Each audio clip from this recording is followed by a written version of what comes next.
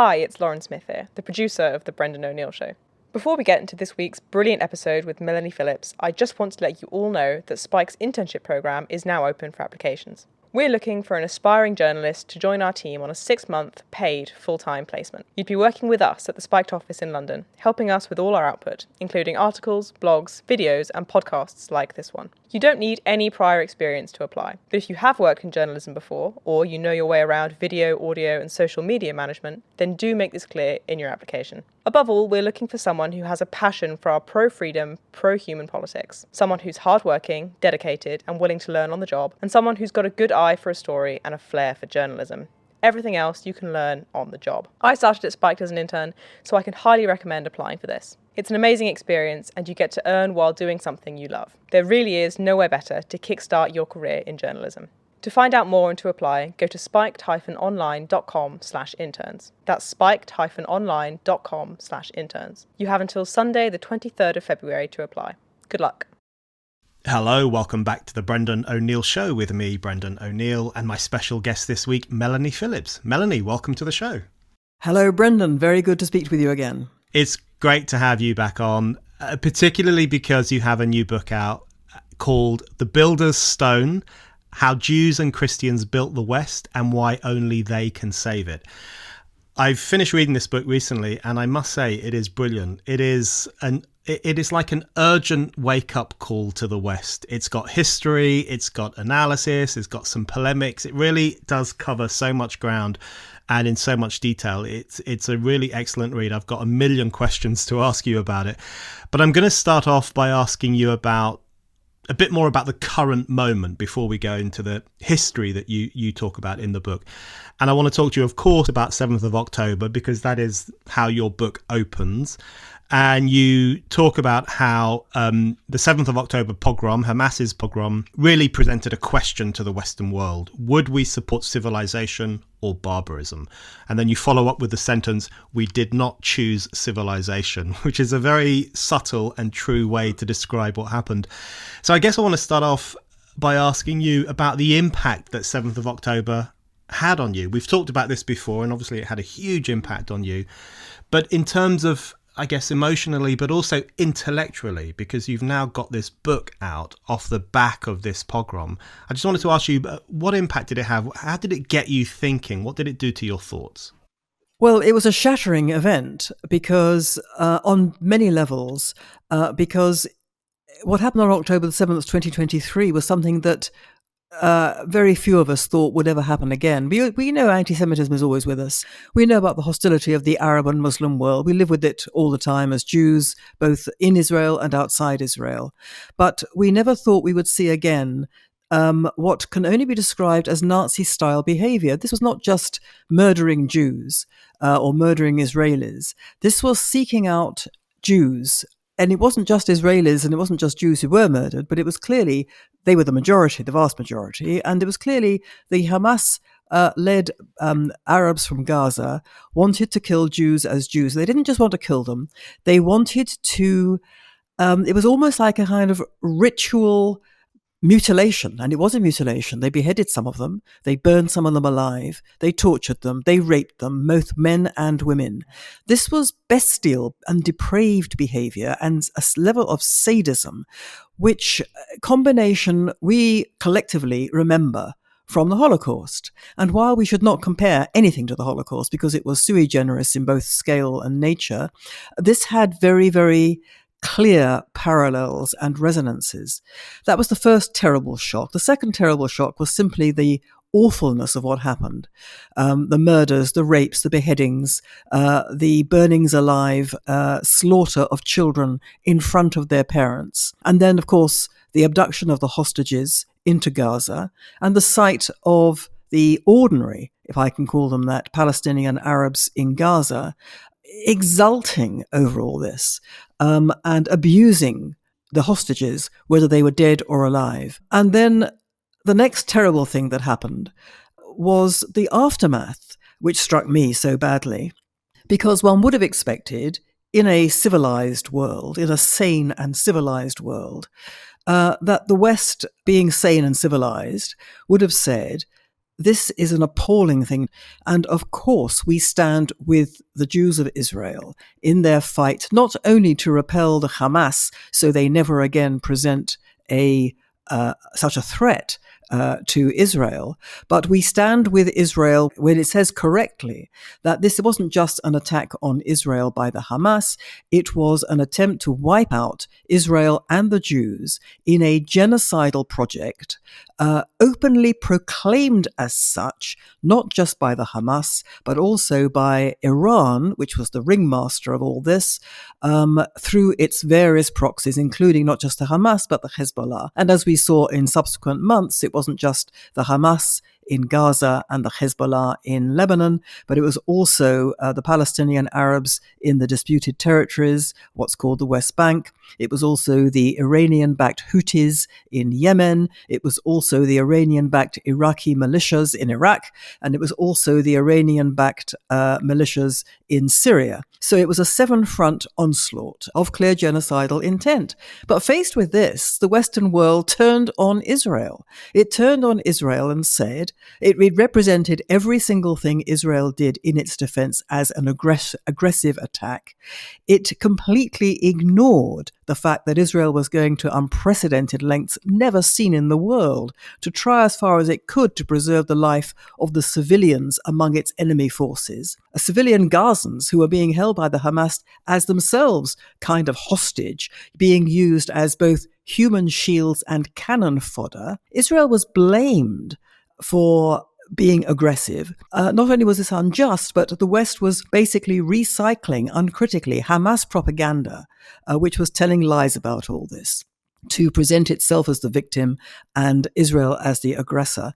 And then, as if that wasn't bad enough, but related to that, an absolute tsunami of anti-Jewish hatred then started sweeping across Britain and the West, with attacks on Jews of unparalleled and unprecedented proportion.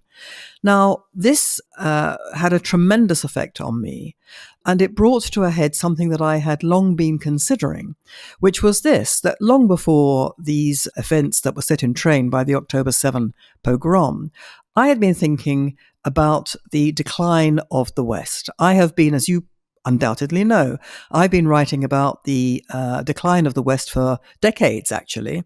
The attack being mounted, as I saw it, on the West, from within the West, by its intelligentsia, by its elites, its political and cultural elites, who, for various reasons we can talk about or not, for various reasons wanted to replace the West or replace Western civilization, Western culture by a completely new kind of world, and were representing the West as intrinsically bad, intrinsically rotten, born in the original sins of colonialism and racism and all the rest of it. And I was fed up, quite frankly, with writing about, how the West was going to hell in a handcart. I thought, I've written about this for N decades and no one's paid a blind bit of notice. And I'm fed up with that. But I've got to find some way of actually saying, is there a way out of this? Can the West save itself? And I thought, well, here's the thing. And this was long before October 7, as I say. When the West turns on itself like this, what's it turning against? It's turning against its core foundational values, which is representing as fundamentally bad. And those core values, as we all know, were largely embedded in the West by Christianity, the foundational religion of the West. But here's the thing, I thought to myself, Christianity didn't come out of nothing. Christianity came from Judaism.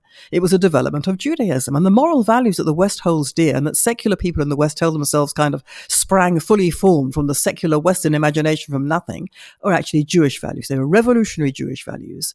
They were revolutionary in the sense that they gave the world the idea of personal moral responsibility, the idea that you put others before yourself, the idea of the rule of law which was passed, or laws which were passed with consent. And that gave rise eventually to free societies and democracy. And I was thinking, well, here's the thing. If the West wants to stop itself from going down this terrible rabbit hole, from going off the edge of the cliff, to mix my metaphor, then really what it has to do is to connect itself to those foundational Jewish values. And could it do that? Because here's the other thing. Not only are these foundational values, but the Jewish people actually, their unique selling point is as a culture of survival. That's what the Jews do. The Jewish people has survived over the centuries, every single thing that could possibly be thrown at a culture simultaneously.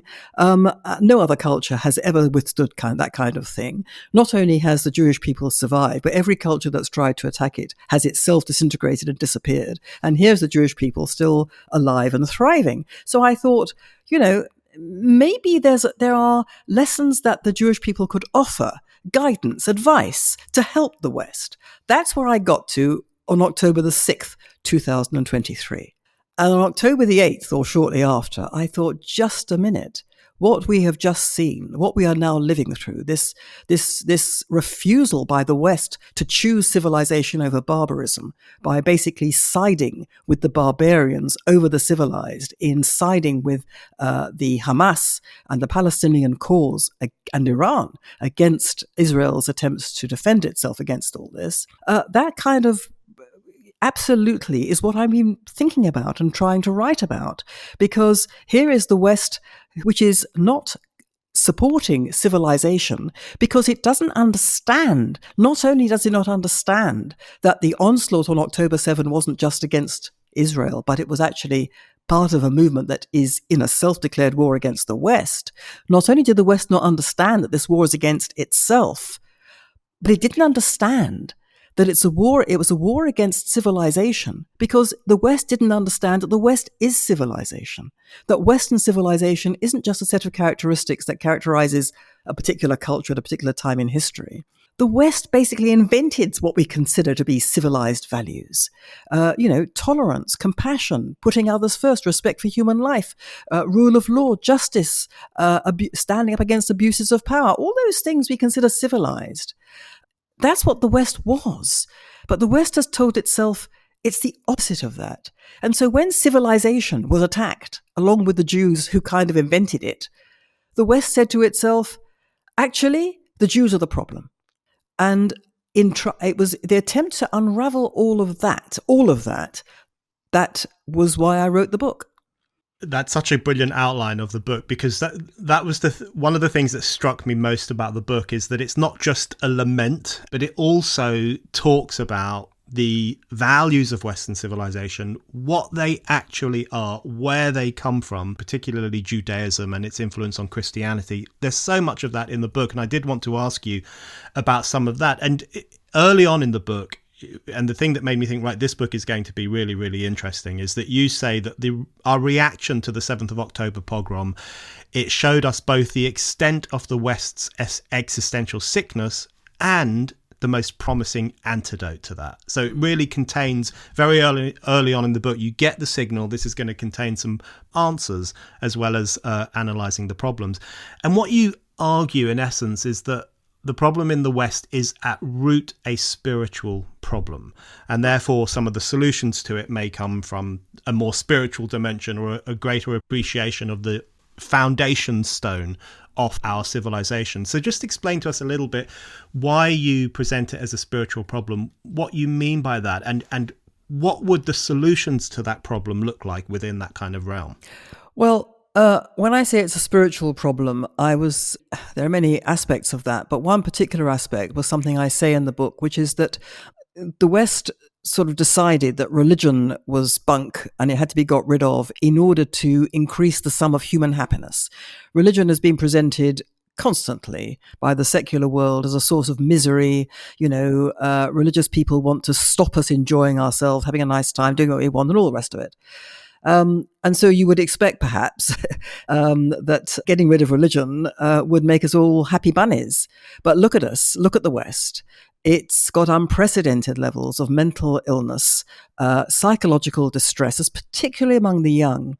And when you boil it down, and I don't want to be too sort of broad brush and make assumptions about specific illnesses. I don't want to do that. But nevertheless, an awful lot of the unhappiness, when you look at it, is to do with young people who are flailing around without a sense of purpose.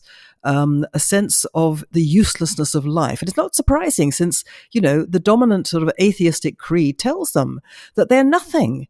It tells them that they are a kind of accident of creation, that they are an accidental configuration of, whirling synapses, which happen to be flung together. And they themselves are just a mere speck in the universe. And the universe is meaningless. And they are meaningless. And their lives are meaningless. It's not surprising that they're unhappy. And they have no purpose in their lives because they're living in a society which is all about the self. And it tells them that, they're entitled. It doesn't give them a sense of obligation or responsibility because that's kind of onerous. That gets in the way of being happy. And so in order to be happy, it's freed them from all of that. And it tells them they're entitled. Well, once you go down that road, it really is a rabbit hole because there's no end to the entitlements. There's no end to what you want, and there's no end to what you want and can't have. And therefore, it is an absolutely inbuilt recipe for misery, for frustration. Then we've told young people, or told ourselves, that heaven forbid young people should be exposed to any problem or obstacle in case they fail. The idea of excellence, we wrote excellence out of the education system on the basis that not everybody could achieve excellence, and consequently the people who couldn't achieve excellence would have a nervous breakdown and go into an existential crisis, and would be destroyed as people. And so we removed obstacles. We told them that, to quote the title of one of my previous books, all must have prizes.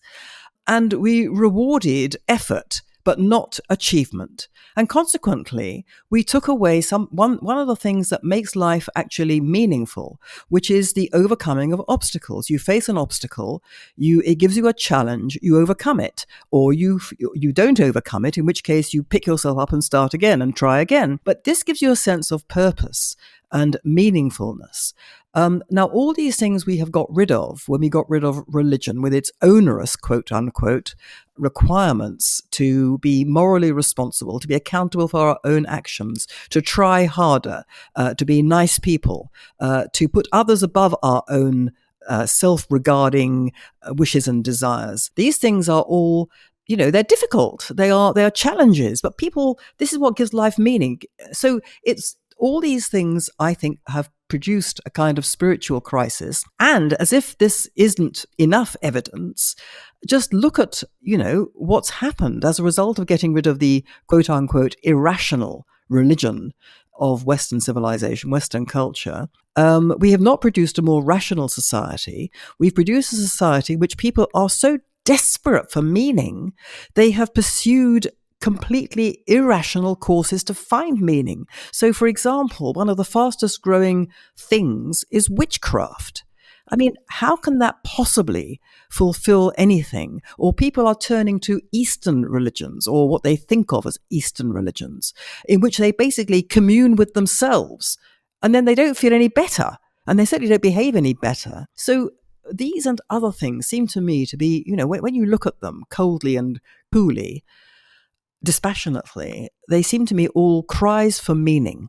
I think humanity is programmed to have a quest for meaning. And once upon a time, that was answered by religion.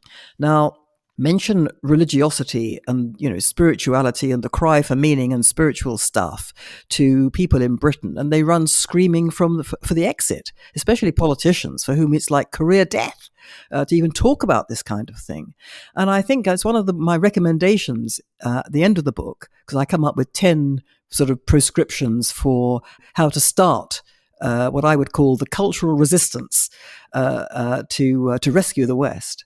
One of the things I recommend is that religion has to have a PR makeover, because, the idea that religion is irrational is untrue. And the idea that atheism is rational is untrue. And I produce evidence to show how irrational atheism can be. And I think just as, religious people are mocked for being, know-nothing, uneducated troglodytes, I think that, a cultural resistance movement should basically be educating the West in the fact that some of the very smartest people around are and have always been the smartest people around.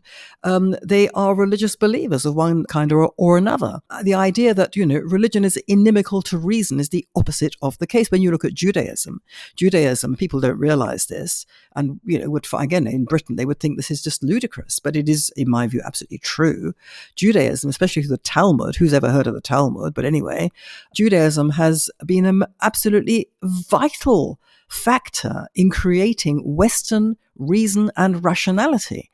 The idea that science is inimical to reason. Again, if you look at Judaism has no problem with science. Okay, I misstate. There are problems with science because there are areas which brush up against each other. But basically, the way Judaism is organized is unlike Christianity, which really puts all its eggs in the supernatural basket, and then has always had a problem with science and the world of materialism in a way that Judaism hasn't. Brackets, there have been plenty of Christians who are scientists, plenty of scientists who are Christians, but nevertheless, Judaism has a more easy approach to science. And I think, again, it's one of the guidances that Judaism can offer to the West, how you approach this, how you present religion, which in Judaism is not as the Christian world imagines it. It's not a private communion of faith between you and the Almighty in a church.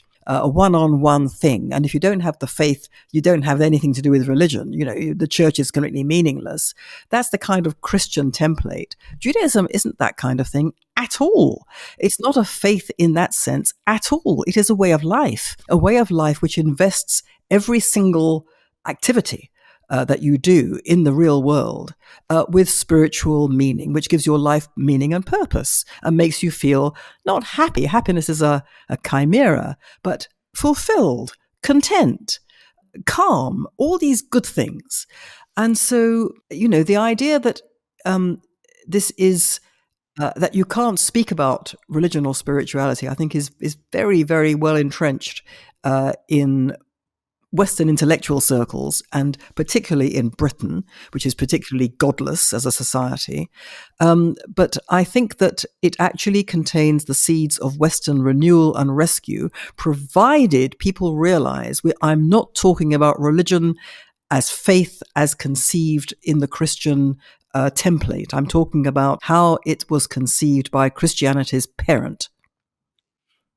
That part of your book is so interesting, and particularly the section where you talk about the rational thinking of Judaism in the wake of the ancients, and how Judaism changed changed what a religion is, and how a religion behaves, how it conceives of itself. That stuff is really interesting. And the thing that really struck me, there's a part in your book where you talk about the new atheism and the humanist movement and their God mockery and this belief that they have that anyone who is religious must be a bit thick and stuck in the past. And you make this really important point where you talk about, what has filled the God-shaped hole in our society. And you make the point that often it's millenarian fanaticism. If you look at some of the movements that have filled this hole, you mention anti-Zionism, of course, environmentalism, scientism, multiculturalism. These are the new belief systems of a certain sections of society, and they are so irrational. I mean, environmentalism really is an end times movement, the idea that the world is about to go up in flames and we'd all better self-flagellate for the rest of time. Anti-Zionism, of course, is an incredibly irrational and vengeful movement that dreams about purifying the world by destroying the Jewish state. I mean, these make Judaism and Christianity look like the paragons of reason and rationality that they often are, in fact. So what role do you think that kind of fanaticism plays, not only in filling the God-shaped hole, but in worsening some of the problems in our society? If you look at something like anti-Zionism, for example, and I did want to ask you what you think anti-Zionism really is, what you think it represents, and what relationship you think it has to that crisis of civilization that you write about. Well, anti-Zionism is, at its most straightforward level, opposition to Jews having the right to self-determination in their own ancient homeland. Now, part of that you can explain by ignorance. People don't realize it was the Jews' ancient homeland. They don't realize that ancient Israel, which people now call Palestine, was actually that the Jews are the only people for whom it was ever their national kingdom as a people, that it was never Palestine or Palestina was the name invented by the Romans when they kicked out the Jews from their own country, an insulting name to erase the Jewish nature of the kingdom. I mean, it was Judea. Guess what, folks? Jesus came from Judea. Right. So quite a lot of this is ignorance of ancient history, ignorance of Jews and Judaism, ignorance of Middle Eastern history, ignorance of the last century's history in post-World War I Middle East and how that was carved up by the world body. So, you can explain anti-Zionism on that basis, but I think there is something very much deeper and very much darker, which I've talked about at great length in the book. And this has been one of the most troubling things post-October 7, 2023 that I've been forced to confront. And I use the example of a particular thing that we all noticed at the time. It went on for months. It was this business of the hostages, who included mainly women and small children, but also some men and elderly people. Posters depicting those hostages have been posted up in various places in the streets and other public places around London, other cities in Britain and around the West. And we saw that they were torn down. And as fast as they were torn down, they were put up. And as fast as they were put up again, they were torn down. And we saw, thanks to the wonders of the net, we saw a number of videos of people tearing them down. And it was an astonishing thing to see that the faces of the people who were tearing them down were very often convulsed with hatred and rage. And you look at this site, I looked at this site and I thought, what is going on here? Here you have, it's not Israel. They're not protesting against Israel. They're not demonstrating against Israel. They are tearing down images of innocents, children, babies who have been kidnapped, slaughtered, tortured, and are lost to a terrible fate. We don't know what. And that fills them with such murderous rage because it was clear they wanted to tear them out. And so it seemed to me, what were they tearing out? What were they tearing down? They weren't just tearing down pictures of Israeli hostages. They were tearing out the Jews from their heads, from their conscience, and from their world. They wanted the Jews gone. And that, to me, is what has been going on in the West, in certain circles. I won't wish to exaggerate it, but nevertheless, we've had, how many months is it? A year and whatever it is since October 2023, in which we've had these massive demonstrations, which have been going on all the time. And everybody's seen it as an issue, at most, a problem of free speech. But nobody, apart from Jews and supporters of Israel, has said, what abomination are we seeing here? We're seeing a mass movement against Jews, Judaism, and Israel, all three together, because of what's being said, because of what's being chanted, because of the banners, because of the relentlessness of it, the obsession. We're seeing something very much darker and deeper. There is no other cause in history where the West has behaved like this. We think back, those of us of a certain age, we think back to the abominations and horrors of apartheid South Africa. Okay, there were campaigns against that, quite rightly. They did various extreme things sometimes. We may or may not have approved of those extreme things, but we all basically, or those of us who were decent, absolutely were sympathizers with the cause. And it was a terrible thing that was going on in South Africa under apartheid, a terrible thing to those black South Africans. And yet, there wasn't this obsessional business. People didn't walk around with, the flag of what became Zimbabwe or whatever it was on their sleeves. You didn't find NHS workers refusing to treat anybody if they'd been on vacation on safari in apartheid South. I mean, it's a completely different matter. And you have to ask yourself, why is there this obsession? And I'm afraid there's one answer to this. And also, why is there this obsession? But also, why is there an absence of any kind of similar fury about the really terrible things that are going on?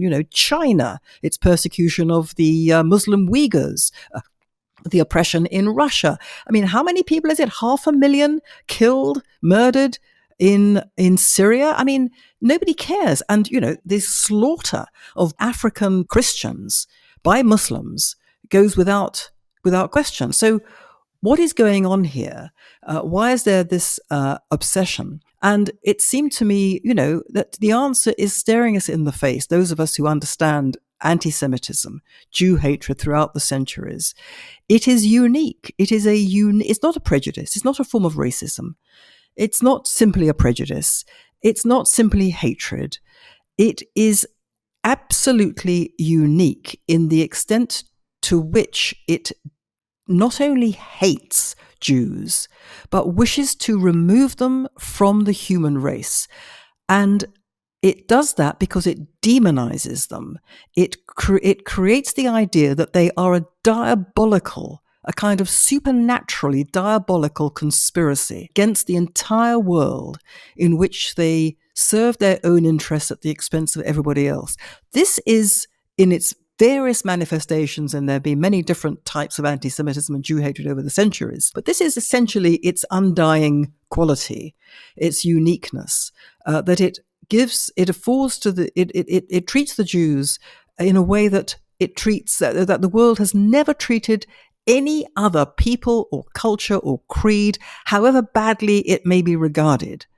And so when you ask yourself, how can we possibly explain the degree of irrationality, the obsessional nature of what's going on now against Israel and the Jewish people? One can only explain it by saying it's no coincidence that it's the same people who have been subjected to essentially the same characteristics in the attempt to get rid of them over the centuries. That brings me nicely onto my next question, because I think the way you describe anti-Semitism in the book is incredibly powerful, and you've outlined some of it there, where you talk about how anti-Semitism is not just racism, not just prejudice, but is this centuries-long malign obsession with the idea that the Jews represent a conspiracy against the world itself, and you outline that incredibly well. And then what you argue in the book, I think what you argue in the book is that the reason you talk about how the Jews take up so much cultural headspace in the Western world and, of course, in the Muslim world. And you have this line where you say if someone were to visit from outer space, they would think the Jews were, in their billions and incredibly powerful and occupied huge swathes of land. But, of course, that's not true. Israel is minute, and there are 15 million Jews in a world of 8 billion people. So it looks illogical, but the point you make in your book is that there is some kind of twisted logic to this perverse, obsessive hatred for the Jews, because, especially in an era in which we're turning against the values of civilization itself, because you have this line where you say, what do the Jews have to do with us? And you say, well, actually everything. And you say that Judaism is the West's civilizational soul. And that line really stayed with me. And you make the point that Islamists understand that when they're attacking Jews, they're attacking the foundation stones of the West that they hate. And it's possible that some of the anti-Semites in the West don't understand that, but they are pretty much doing the same thing. So to what extent do you think the re-emergence of anti-Semitism in the current period, and particularly since 7th of October 2023, to what extent do you see that as just rising in tandem with the collapse of that belief in civilization that you write about? Well, I don't think it's in tandem as much as absolutely part of it, that the West has turned against itself and has therefore inevitably turned against the creed that lies at the heart of the values that made the West the West, and in particular, I mean, there are many aspects of that foundational creed that the West has turned against, or many reasons why it's turned against it. But what Judaism, you say, as you say, I wrote in the book, Judaism is the West's civilizational soul. I think I also wrote that that Judaism is the West's conscience, and conscience gets in the way.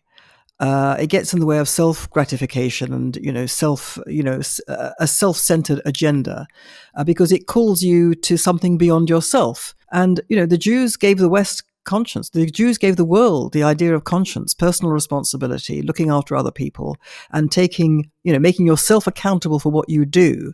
And that just gets in the way of doing whatever you want to do. So in order to get rid of conscience, you have to get rid of the Jews. But there's another point about conscience, which is this, that with conscience, you get guilt. Now, guilt is an absolute no-no. Freud told us, guilt was something we had to get rid of. I mean, Freud told us a lot of things that were responsible for our present predicament. Freud, of course, was a Jew. Just as Jews are the civilizational soul of the world, when Jews go bad, they go bad worse than anyone else. But anyway, Freud gave us all these things, which he said at the same time, this is how we free ourselves.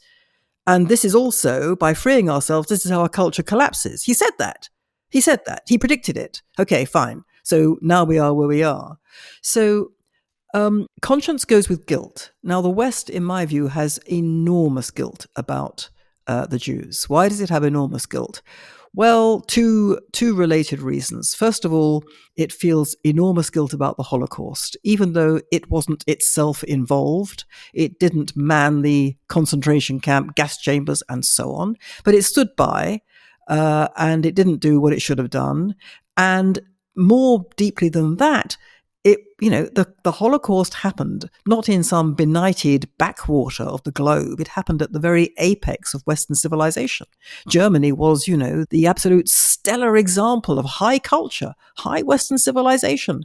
Jews were sent to the gas chambers to the sound of a band playing Mozart. That was the obscenity of it. So the West had and still has tremendous guilt about the Holocaust. And it also has tremendous guilt, I think, insofar as it ever knows or thinks about these things, about the way the West has treated the Jews over centuries, through mainly Christian, medieval Christian antipathy, theological antipathy to the Jews and the desire to exterminate them and so on and so forth. And this guilt is overwhelming, particularly about the Holocaust. And so it was no coincidence. It was in 1982 when I first heard this, the emergence in the Western imagination of the Jew as Nazi. And this is an obscene thing because the Jews are the quintessential victims of the Nazis. So what was going on here? And we hear it now over and over again. Jews, Israel are Nazis. They are perpetrating genocide. Can you think of anything not just offensive? It's just ludicrous. I mean, a just war against people who are deliberately intending to commit genocide of the Jews, that just war in self-defense is called genocide. What's going on here? Well, let's put aside ignorance and stupidity and all those obvious things. What's going on here is the attempt to escape the guilt of the Holocaust. Because if the Jews are Nazis, if the Israelis are Nazis, if the Jews are Nazis, if the Jews are committing genocide, if the Jews are committing a Holocaust, if the Jews are committing ethnic cleansing, we in the West are free. Because the Jews weren't victims at all. We can all be bad people, all of us equally. It's an equal opportunity horror. And so we don't have personal responsibility. With one bound, we're free.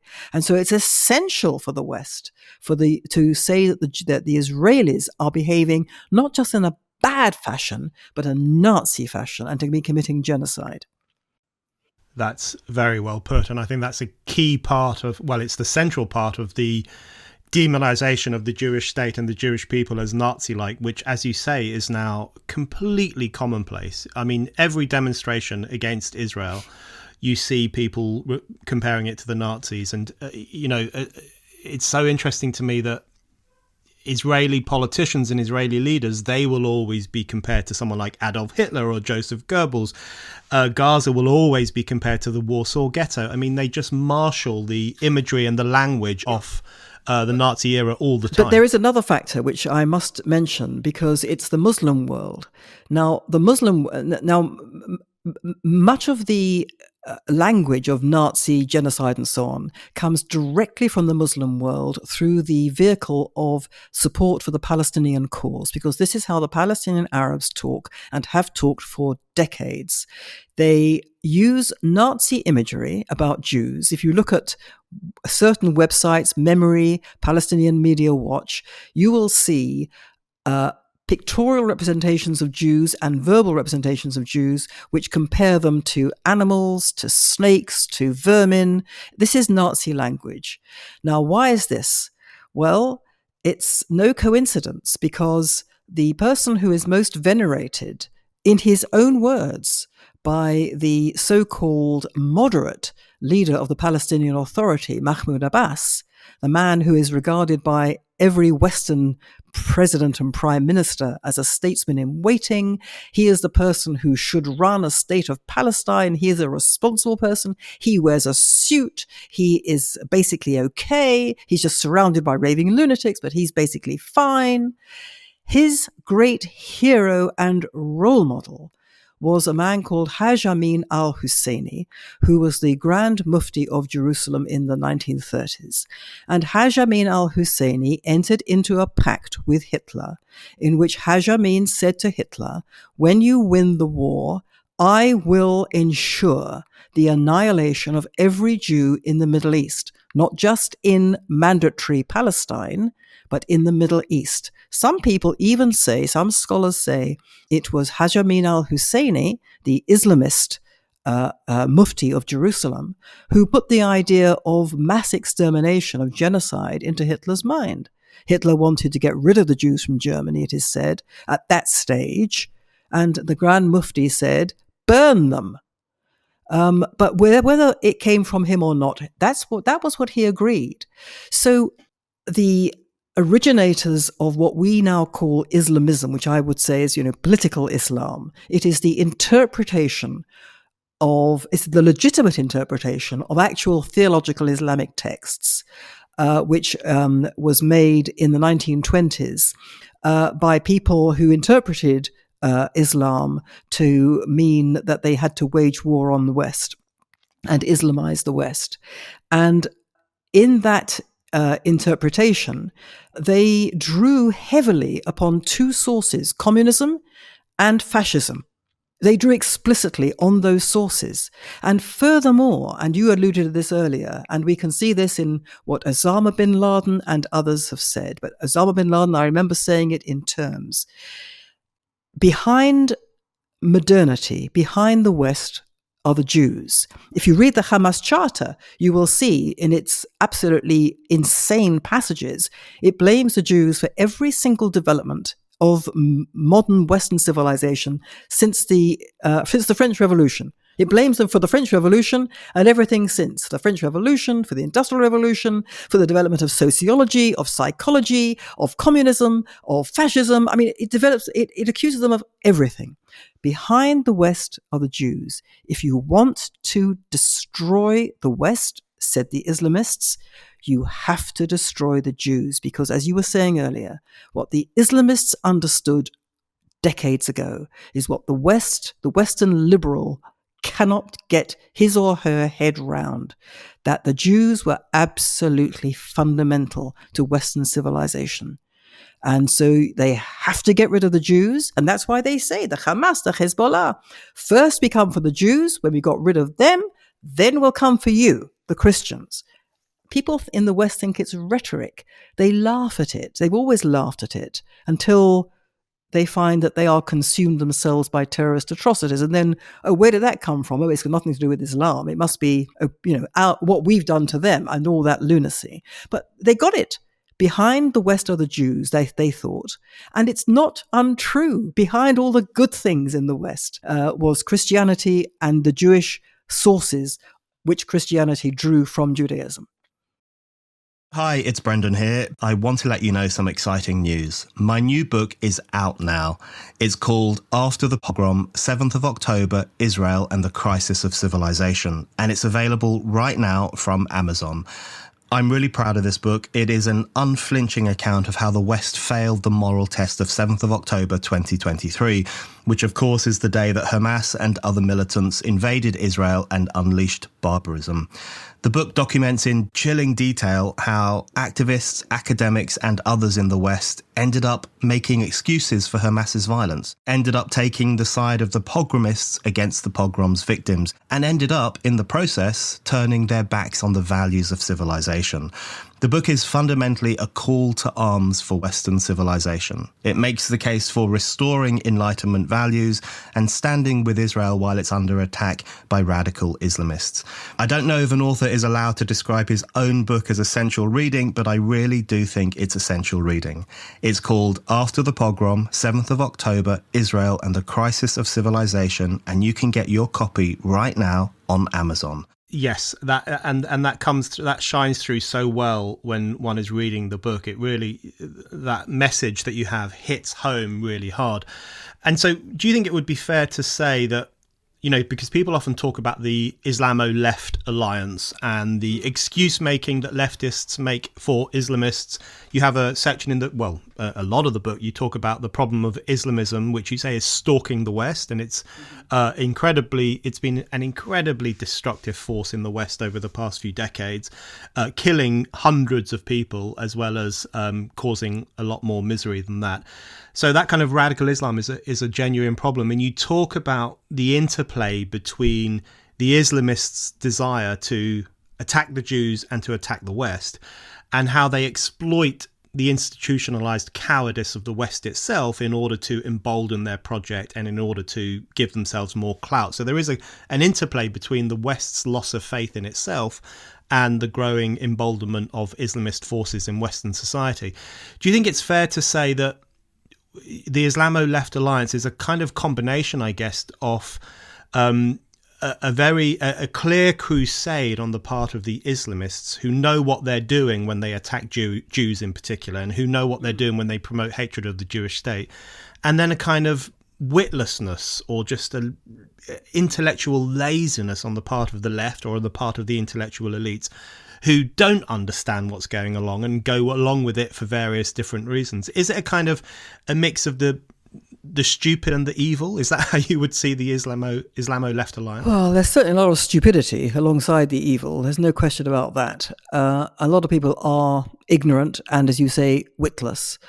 Generally speaking, the left, which we used to call the hard left, but anyway, it's a bit of an arcane discussion there, I'm sure. The left has a project which is basically to destroy the West. The Islamists have a project which is basically to destroy the West. The fact that the Islamists' aim, that the society they want to replace the West, is inimical in many respects to the society that the left wants, is sort of brushed aside by both sides, because they both basically united in the understanding that between the two of them, in their view, they can bring the West down. So there is a kind of unholy alliance there.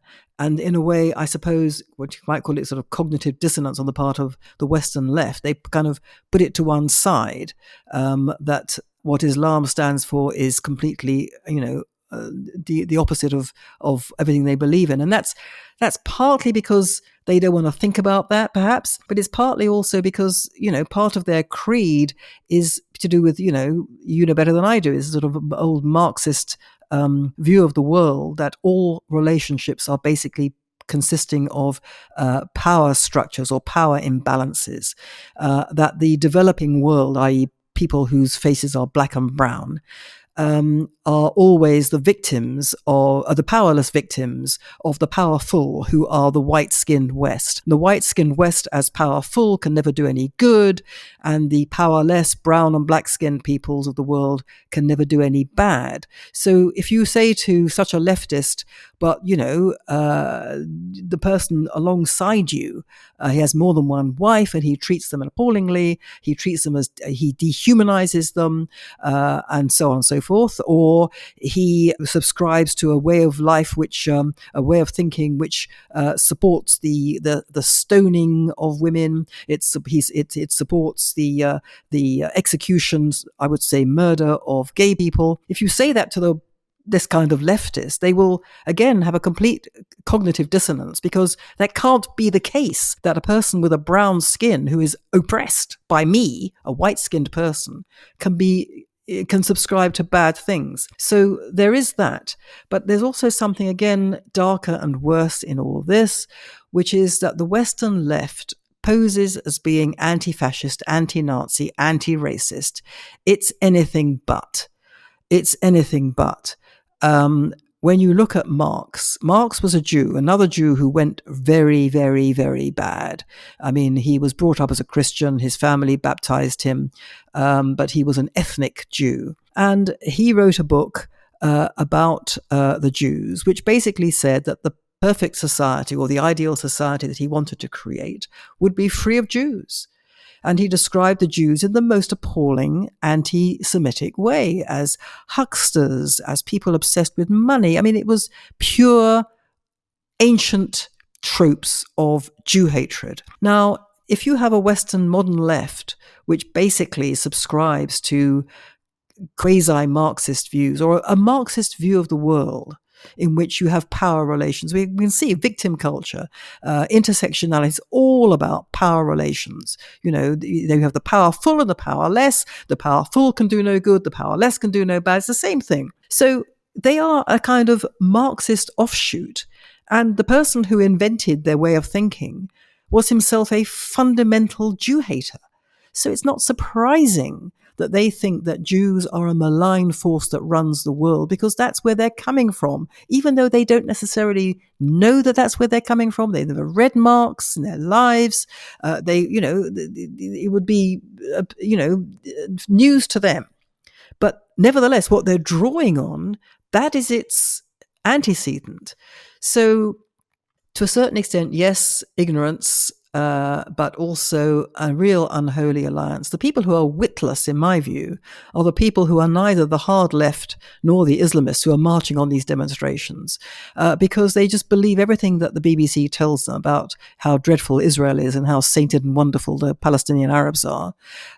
They say, but I've seen it with my own eyes, because they are gullible, they're credulous. They think that what they see on TV, they don't understand that the images are confected. They don't understand that every single report they get on the BBC, on Sky, all these dreadful broadcasting organizations that tell such murderous and inciting lies, they don't understand that every piece of information that comes out of Gaza is laundered through the Hamas. The Hamas stipulate to journalists, unless you only report what we tell you you can report, either we will kill you or we will prevent you from having access.